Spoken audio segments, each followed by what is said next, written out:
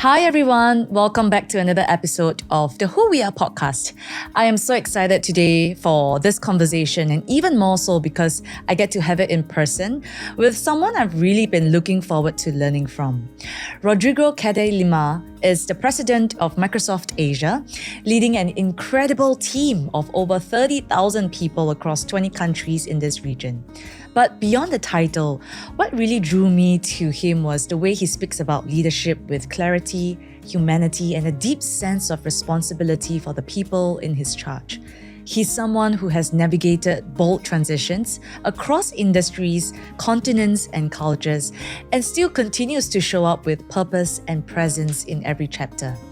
Today, we'll go beyond the headlines. We'll talk about identity, reinvention, fatherhood, and what it truly means to lead with soul in a fast-changing world.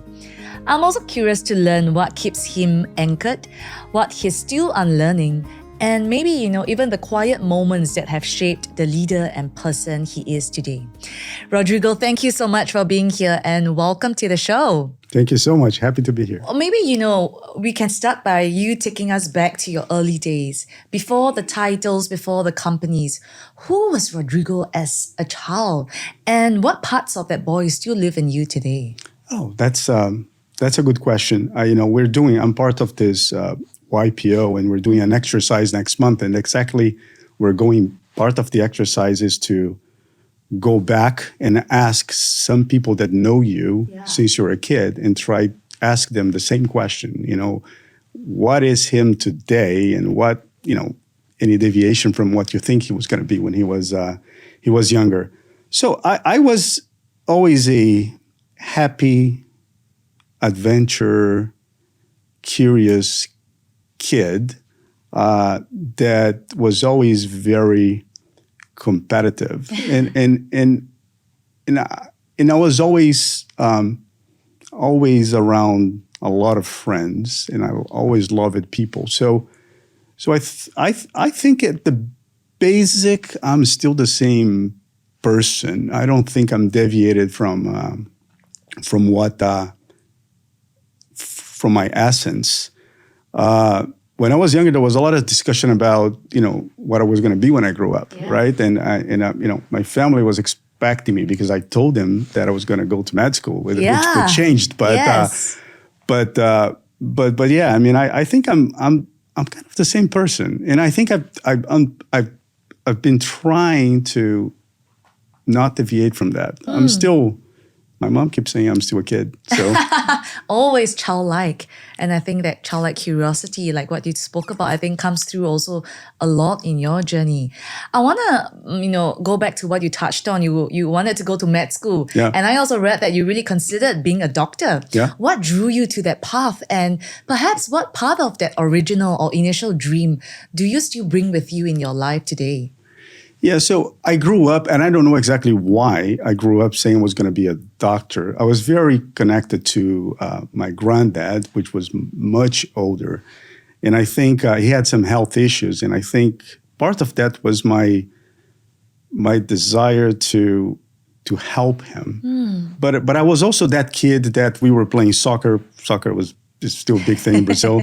I was playing soccer, and there was some dispute. Everyone would come to me and say, ask my opinion, right? Yeah, what you think? Yeah, as I would be the one to trust, in even if it's against my team, I would give the Objective. right. Yeah, I would say the truth. I wouldn't say something just to get the point or win. Amazing. So I think I always thought that going to med school would give me the chance to help people.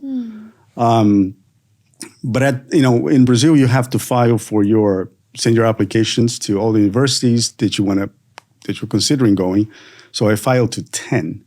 9 I filed for med school, and 1 I filed for engineering school. They didn't have a med school there, and I ended up going to become an engineer, which surprised my family. Yeah. I don't know what drove that. I think it was basically my instincts. And it's so amazing how when you were sharing also, like since a tender age, people could already rely on you for a strength that you had, which was, being very objective in any situation as well. How many siblings do you have? And what was life like growing up? I have two sisters, two loving sisters. Are they older or younger? They're younger. Ah. So one lives in the U.S. Yeah. The other one lives in Brazil, in Rio. And you told me that, this morning before you came for this interview, you were also speaking to your mom. You have a very close-knit family, it seems. Yep, yeah, I do. Yeah, my mom and my grandpa. They had a lot of influence in my life. As I told you before, my mom was the first women to have an executive role in Brazil in the 60s. Amazing. And that was so, like, because she was the first, she was on TVs and newspapers because of that. And there are so many interesting stories about her career. Like the first time that she went to work using pants, not a skirt. Her boss said, "Why you're using, pants?" Wow. And she said, "Because I want to use pants." So she was pushing, like she was challenging the system. Yeah. Like there was this, when actually she was offered a C-level job for the first time, they said, "We're going to give you the job, but not the promotion." And she said, "Why?" So her boss danced it a lot, and she said, "Look, who is the leading candidate for the position? It's you. Do you believe there is anyone that can do the job better than I will do? No. Then you give me the position, or you give to someone else. I will not do it." So a lot of people in her position would just take the position, not get the promotion, and say, "I will change the world when I'm there." Yeah. She didn't do it. She didn't accept that. Yeah, she didn't accept that. So she was the one when I was already working in with a high position in a company. She would come to me like in a breakfast on a Sunday morning in her house and ask me about how many women you have reporting directly to you. Right, and she would ask questions about, and so she was very interesting. What a trailblazer, especially having all these characteristics in her time is really so respected. Yeah, I want to ask, what were then some of the beliefs that you've inherited from her or your family growing up about success, failure, or even worth? So a few things, and I think I was heavily influenced by her and my grandpa, but. First is that you only grow when you're out of your comfort zone. So, out of your comfort zone is really you wake up in the morning and you don't know where to start. So when I looked at my career, I think I took that always as a principle. The second thing was always be around people that are better, different, smarter, braver than you. And I think for a lot of people, especially when you're young, that's counterintuitive. But she always said it to me, and which brings my belief in diversity. I think diversity is the more diverse is your network, your connections, your experiences, the better your ability to connect the dots, to read in between the lines, to identify patterns that are not obvious. So in my life, I have always tried to be around people that were different from me. I always had different tribes that I was part of, from the engineering school to the, my surfing friends, to the health, exercise friends. So it was very different. All my friends, they were very different from each other. And I think the last thing is success, and that's more from my grandpa. He used to say that obsession wins over talent. So you can have a lot of talent, but success is going to come if you really work hard. He had a second thing that he always taught me too, was that is struggling. He always said that in Portuguese, but struggling is a biological requirement for greatness. So that's okay if you're going through a tough time, because you're only going to be really good if you have those moments to learn. So, I think I used that throughout my life. Of course, life and career, they're never linear. But I used it all my life. Yeah, it sounds really incredible having all of this positive influence and bold examples for you in your life. And they must be so proud of you and also, the journey that you have had so far. But, going back to your professional career, Rodrigo, you have made I was reading up and about you and your journey and was really so in awe of, the bold moves that you've made throughout your career from Latin America to Asia. And during those transitions, one of the things that really came to my mind that I want to ask you is, were there moments of doubts or uncertainty, and how did you navigate through these moments? All the time. I mean, when you leave your hometown, your country, and you move to another country with a different language, especially if you have a lot of external responsibility dealing with customers, so everything you do is not in your native language. It is an interesting process. That many times I question myself: should I have stayed in my home country? There are always opportunities in your home country. Brazil is a big country, but the challenge and the adrenaline and the curiosity and the learning was always stronger and bigger than the concerns or the challenge. So I always had questions, but I always thought that what can go wrong? I mean, I'm going to learn a ton. So, what an amazing mindset. Yeah. But in that moment, then where perhaps you couldn't see beyond the challenges that were just right in front of you, what do you tell yourself? Or in moments where you really feel like you're drowning, what helps you get through all of these difficult seasons? Well, first, I think it has to be your family, right? So you need your family, and you need a few friends, right? They help you go through everything because they know who you are in essence. And also these believe that the journey is more important. So if I'm learning, if there is something new that I'm doing, even if it goes bad, if some reason it's not as successful as I planned, that's okay, right? You have to assume that you have to believe on the end game, right? So there is this book that I love from Simon Sinek, Infinite Game. I think it's about that, right? Yeah. So you got to take all the challenges as an opportunity to learn, even though they're difficult sometimes. You get angry, you get upset, you get frustrated, but you got to keep moving. And if you could share with us, what is something that you learned, whether about yourself or a situation recently? I think that so I moved to Asia about 10 months ago. I think that it's very humbling when you go and have to deal with other cultures. When you are in your own country, in your own culture, you kind of know everything, you know all the stories, you know all the jokes, you know all the sports, you know all the history. So if somebody goes on TV and says something, when you are in a different country, you don't know anything. So you really need to step back and say, there's a lot to learn.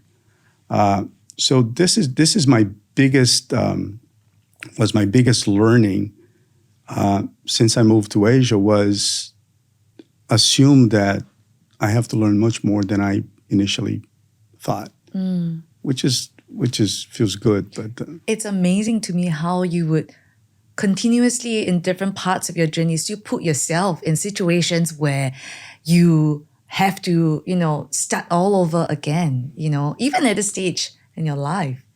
Yes, and it feels really, somebody was asking me that question last week. I mean, do you feel you're starting again because you moved to Asia? I said, well, yes and no. I mean, nobody knows you.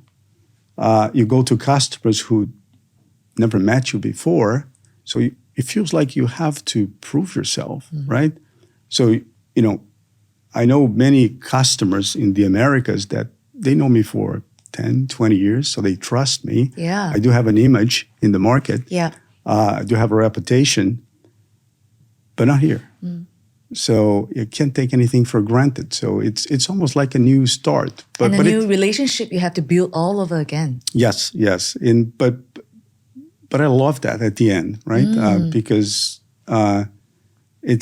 the amount of things you learn, I've been saying that for a while now, that in 10 months in Asia, I probably learned more than in my last 5 years. Amazing. Yeah. In these times of change and uncertainty, besides family and friends, what anchors you? Is it a specific ritual, routine, or mantra that really anchors you? Well, I'm obsessed with wellness, with health, because I do have a crazy life, a crazy schedule, and I really don't want to get older and have restrictions and challenges. So what's the point, right? I need to be able to play with the kids, to surf when I'm much older. I mean, my mom, when she was 75, one day I was in the US, she sent me this picture of she jumping on a parachute. Wow. She was 75. Yeah. So I was like, I want to be healthy when I'm older. So I do take care of my health, and I do a little bit of like crazy stuff, like cryotherapy, infrared sauna. I try to meditate. I do exercise. Yes. I eat reasonably well. I should eat better, but I think that's important, and I try to wake up around the same time. I try to do fasting sometimes in the week. So I think taking care of your body and taking care of your mind, I think it's important for you to I love that. a good life. Yeah. I love that because a lot of times there is a lot of focus on the physical health, taking care of our hardware, but our software, our internal health, like you talked about mind, I think it's something that people often perhaps neglect. But of course, in today's world, we're paying a lot more attention to it. Yeah. So what are some, perhaps for yourself, you talk about meditation. What else do you do to also ensure that you stay on top of your game internally, mentally, and emotionally? So one of the things I like to do in addition of meditating, I mean, some types of exercise for me is meditation. Like when I go surfing, as an example, it is meditation because I completely empty my mind. I forget about everything. That has a similar effect.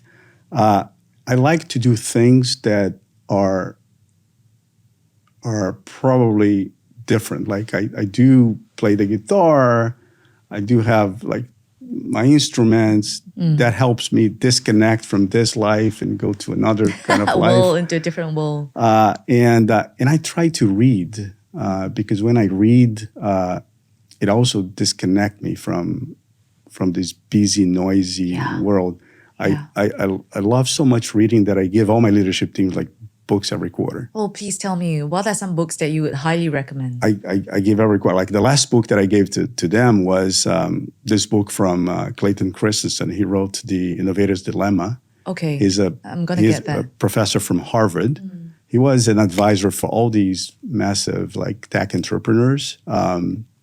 He passed in 2020, but in 2010 he found out he had cancer.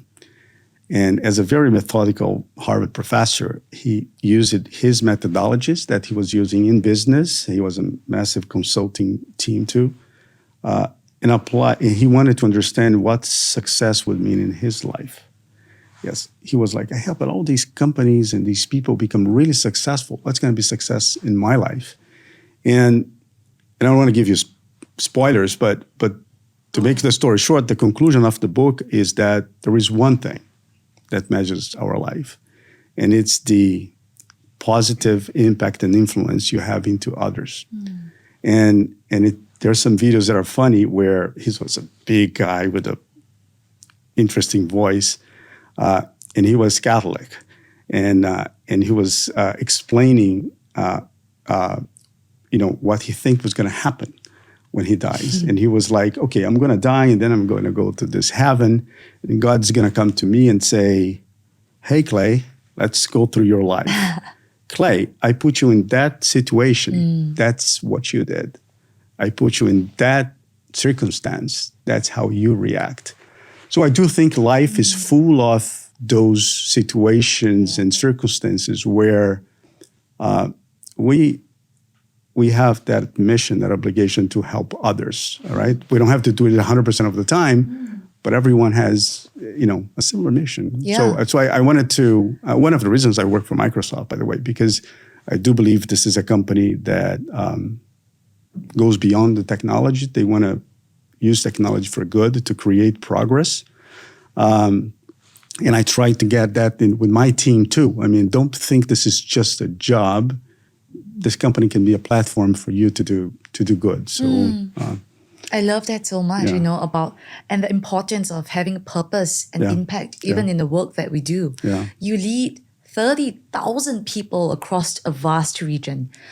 What does it really mean to lead at scale with soul and purpose? Yeah, so it's a lot of people. So one of the things I found out through time is it's really hard to scale. So you have to think systemically when you work with the organization.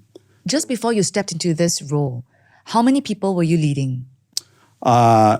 I think the team was a little bit north of 7,000, 8,000. But I had bigger teams before. I had like almost 50,000 before in my career.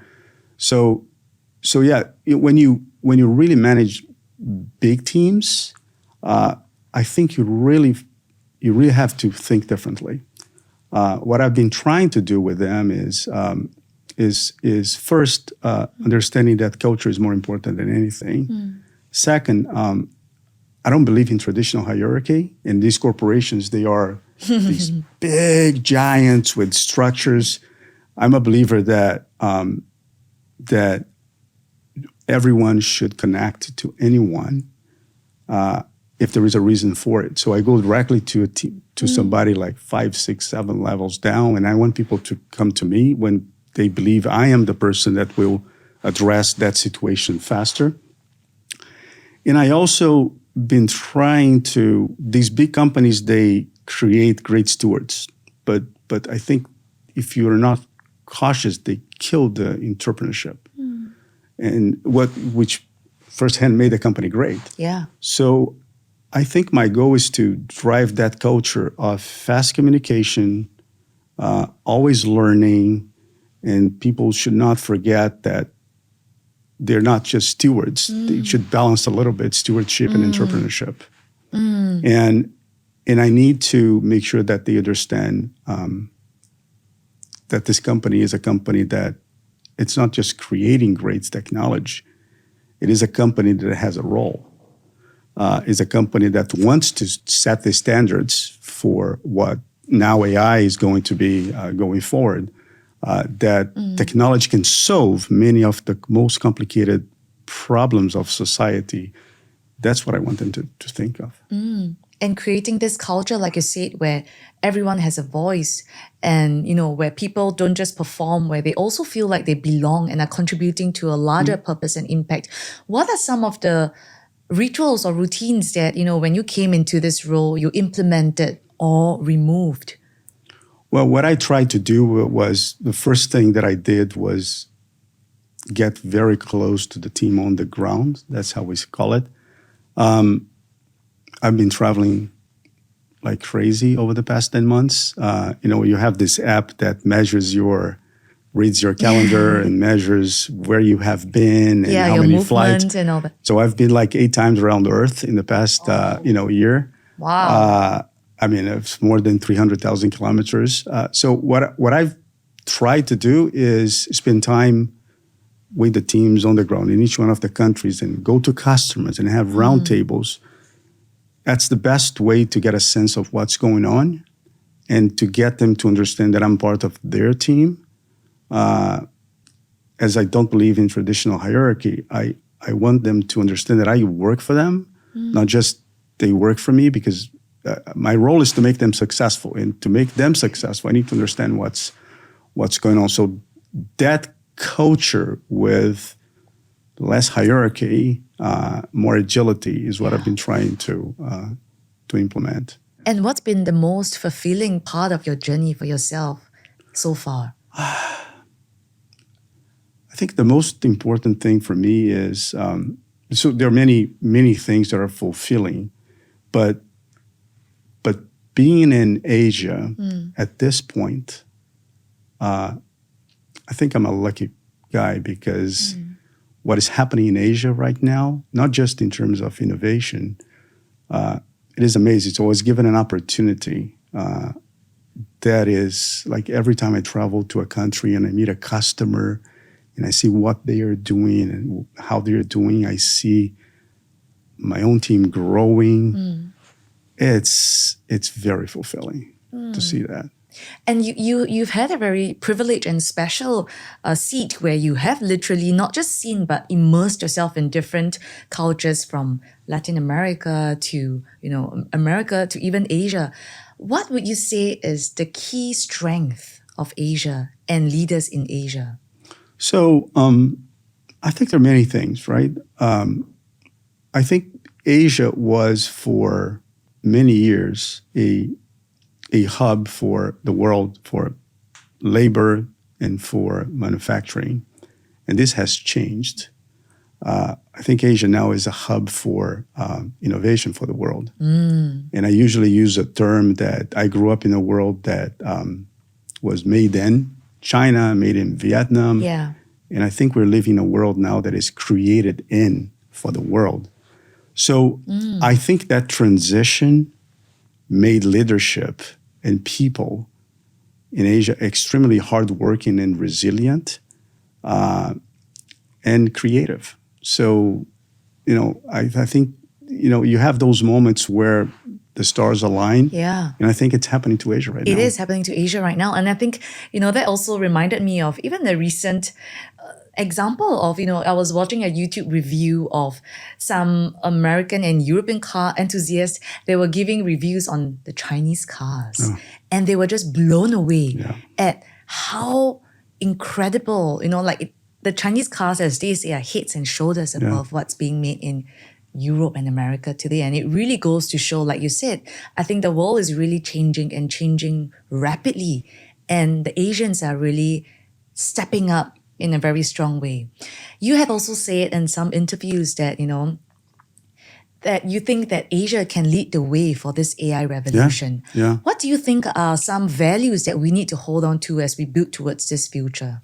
Well, so AI is such a disruptive technology that I think we are still in the early days.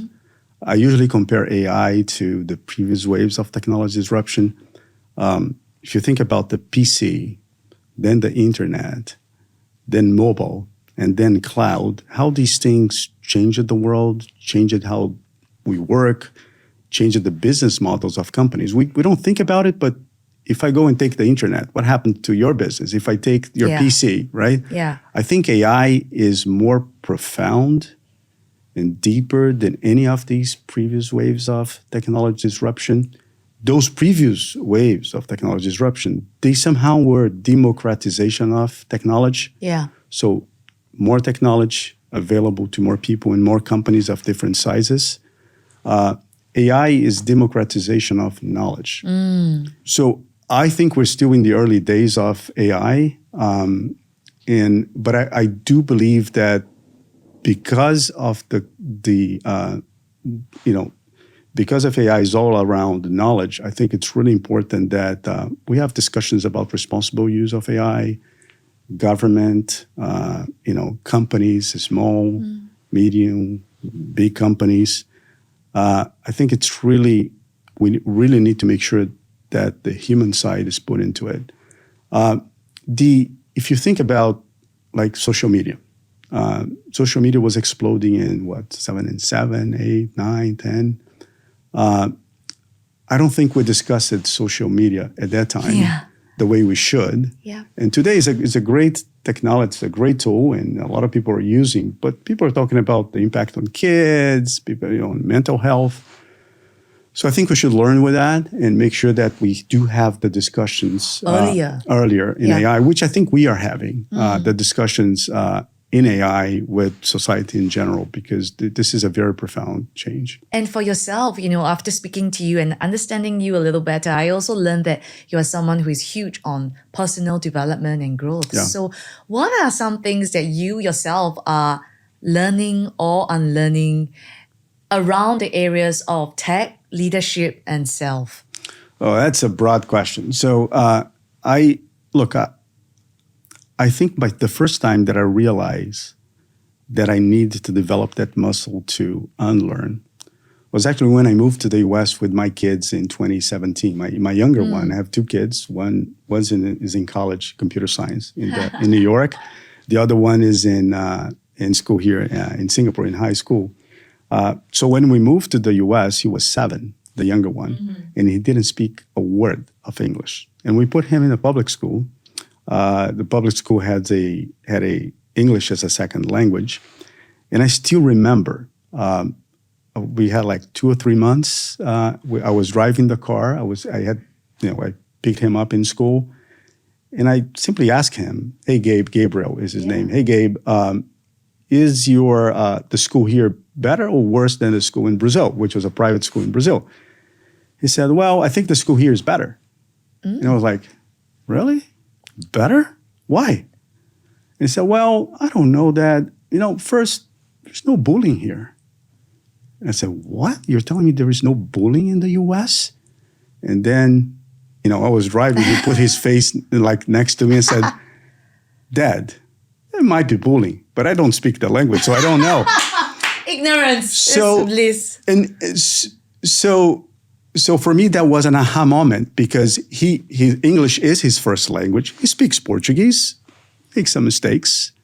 And he can't. I mean, his writing is bad in Portuguese. But what's the message there? The message is he was a kid. He was not worried about learning something new. He was not. He was not concerned with the challenge. He was like, I'm gonna do it. And right? in fact, he saw the bright side of it, the positive side of it. Yeah. So he was in.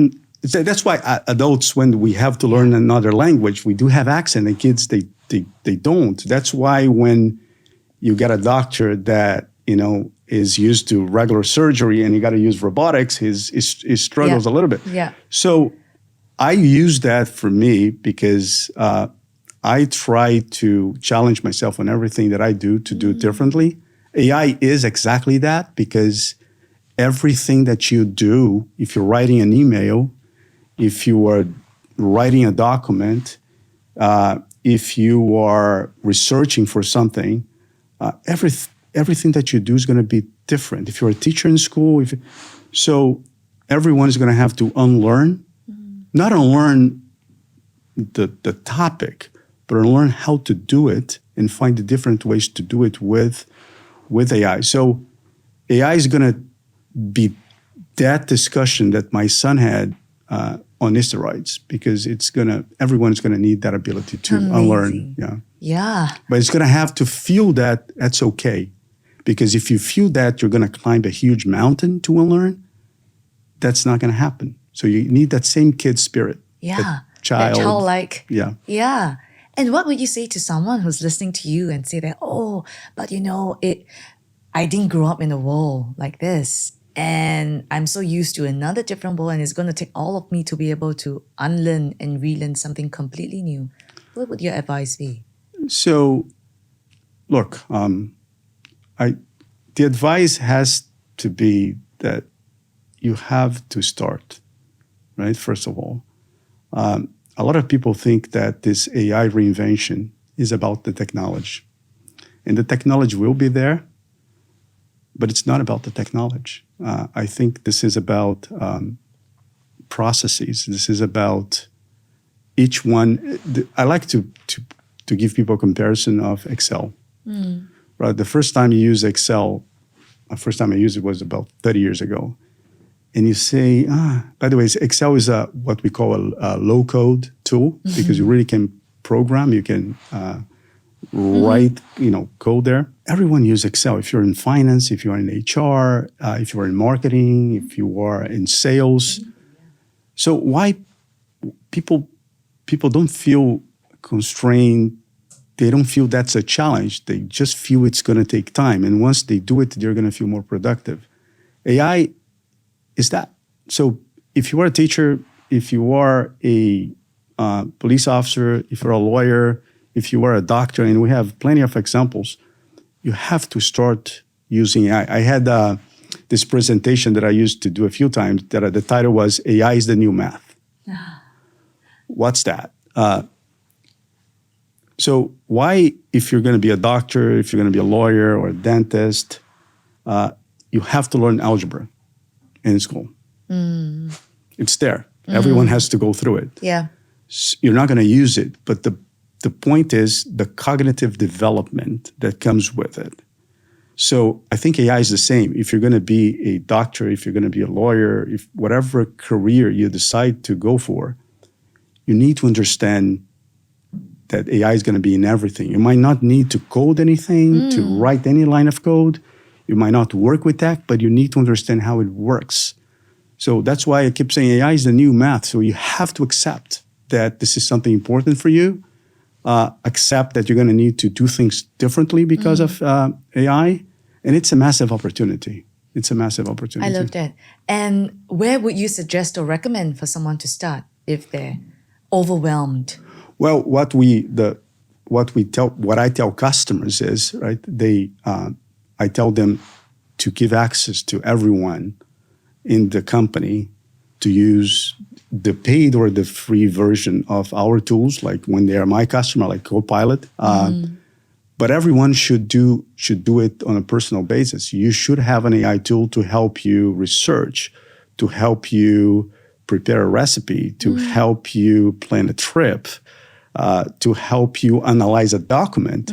So when you start listing the things that you can do, and the first time might be challenging, the second time is going to be easier. But when you start listing every little thing that you can do using an AI tool, you're going to start getting comfortable with it. And that's what we need. We need people that get comfortable with AI.